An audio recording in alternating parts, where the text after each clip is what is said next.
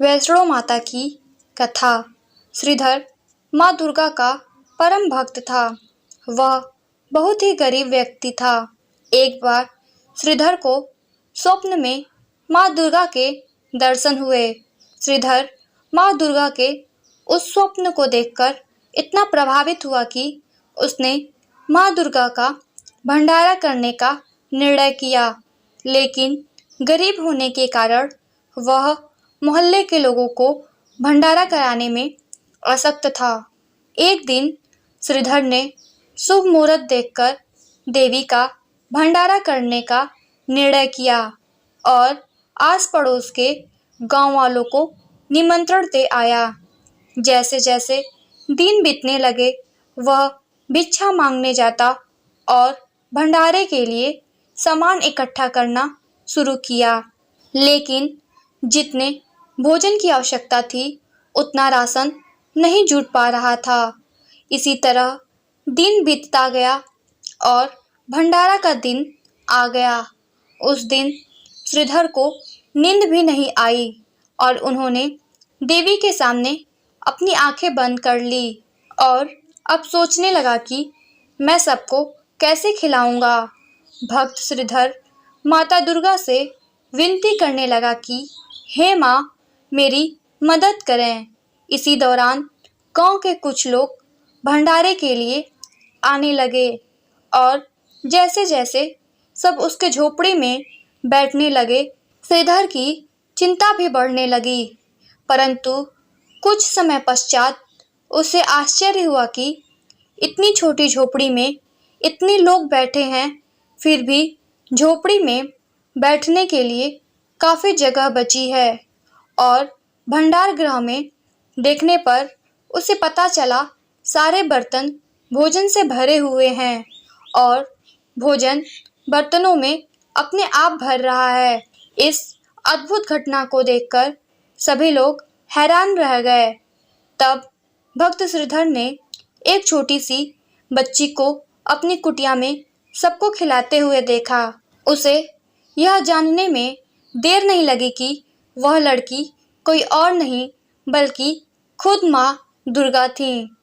जब इस घटना की सूचना आस पड़ोस के लोगों को लगी तो भैरवनाथ नामक एक साधु को शक हुआ कि यह कोई दिव्य कन्या है।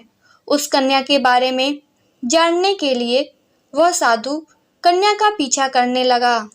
भैरवनाथ को देख देवी तेजी से भागने लगी। भैरवनाथ भी उनका पीछा करने लगा। तब देवी कन्या रूप से वायु रूप में बदलकर त्रिकुटा पर्वत की ओर उड़ चलीं। ऐसी मान्यता भी है कि जब देवी भैरवनाथ से बचकर जा रही थी तो भगवान हनुमान उनकी रक्षा के लिए भैरवनाथ से लड़ने लगे। तभी पवन पुत्र हनुमान को प्यास लगी तो माता से आग्रह करने पर माता ने धनुष द्वारा पहाड़ पर बाढ़ चलाकर जल प्रकट किया और उसी जल में अपने केस धोए। जब देवी भागते भागते थक गईं तो एक स्थान पर रुककर पीछे मुड़कर भैरवनाथ को देखने लगीं। उसी स्थान पर माँ दुर्गा की चरणों के निशान बन गए। इस स्थान को चरण पादुका नाम से पूजा जाता है। कन्या रूपी माता ने भैरवनाथ को समझाने की कोशिश की, परंतु जब वह नहीं माना तो माता उससे बचने के लिए उसी पर्वत की गुफा में जाकर छिप गईं। इस गुफा में देवी दुर्गा 9 महीने तक छुपी रहीं।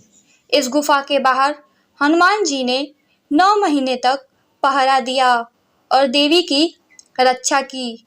जब भैरवनाथ ने कन्या का पीछा नहीं छोड़ा तो एक साधु वहां से गुजर रहे थे। उन्होंने भी भैरवनाथ को समझाने की कोशिश की।